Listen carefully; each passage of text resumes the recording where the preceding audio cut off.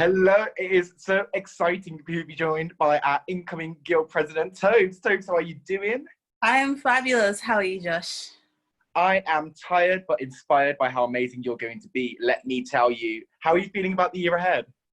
Um, it's a bit challenging at the moment, obviously, with everything happening with COVID. I'm having to rethink the things that are on my manifesto because when I wrote the manifesto, there was obviously nothing like COVID. So it's about thinking about what else can I do in this new realization that things are completely different.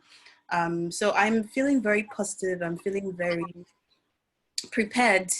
We've had so many handover meetings and we've had so many trainings already. So I feel prepared. I feel like I can definitely take on the year, not just alone, but with the incoming team. So yeah, feeling quite good. I think that's the smartest thing you can do though. Is like COVID has just threw a massive curveball to every single person on the planet right now. Mhm. So all it is about stripping back, figuring Yeah. out your priorities, reassessing going forwards. But talking about priorities, what are some of your big ones for the year ahead? Again, just like I said, on seeing how things are a lot different, I have to rethink my manifesto. But some of the things that stand out there would have to do with support, ensuring that even with things being a lot more difficult than they were before, just ensuring that students have the right support. Another thing that stands out in my manifesto is ensuring that we have like there's a lot more diversity down to the academics, the courses that are being taught to support being offered for students from Black, Asian, or minority ethnic backgrounds. So it's about ensuring that all of those things are not lost in any way moving forward. So yeah, my priority, ensure that the sense of community between students still remains very, very strong because it's very, very easy for people to feel like, they're no longer connected to Birmingham because they're far away, but at the same time close just because a lot of things are being held virtually. I mean, we're having this conversation virtually. That just goes to show how times have changed. So yeah. Honestly, to be honest, I think I don't want to gas you up too much, but if anyone can do that, it's going to be you. You've already worked so much this year on BAME inclusion on campus and the Black Voices campaign, and engaging international students, postgraduate students, Mhm. students that typically haven't had a voice. You've already spent a year trying to uplift, and Yeah. now that you're in the big press role, I can't wait to see what you do with it. I'm really excited for you. You're going to be amazing. Thank you. But have you got anything you want to ask me, my lovely? Of course, I've got a few questions. I guess the first question is just so I can, learn from you. The first question would be, what are you most proud of achieving this year? And, yeah, just basically that. I think, to be honest, I think the biggest thing for me is just kind of just being honest and transparent as much as I can be. I've been an open book, as I like to call it. I am a kid from a council estate, from the care system, however you want to phrase it. But yet I am somehow the president of the Students' Union, which Yeah. is usually typically very white and very middle class, at least kind of historically. So the fact that I was able to get to this position shows that the only thing that we are limited by is our own ambitions.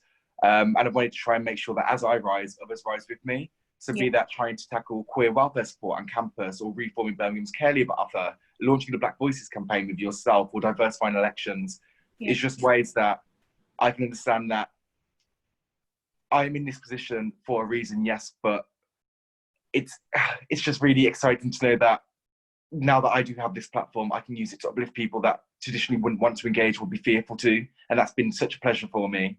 Yeah, I can totally relate on that because coming from a background where being in the student union or running the student union is not typically something that is, applauded in a way. And just seeing how I've been involved the entire year and seeing how I'm the first international student to become president, first postgraduate student to become president, for me, it pretty much feels like I am setting a standard, or I'm just, paving way for other students like myself to know that they can also make change, and it doesn't really matter where they're from.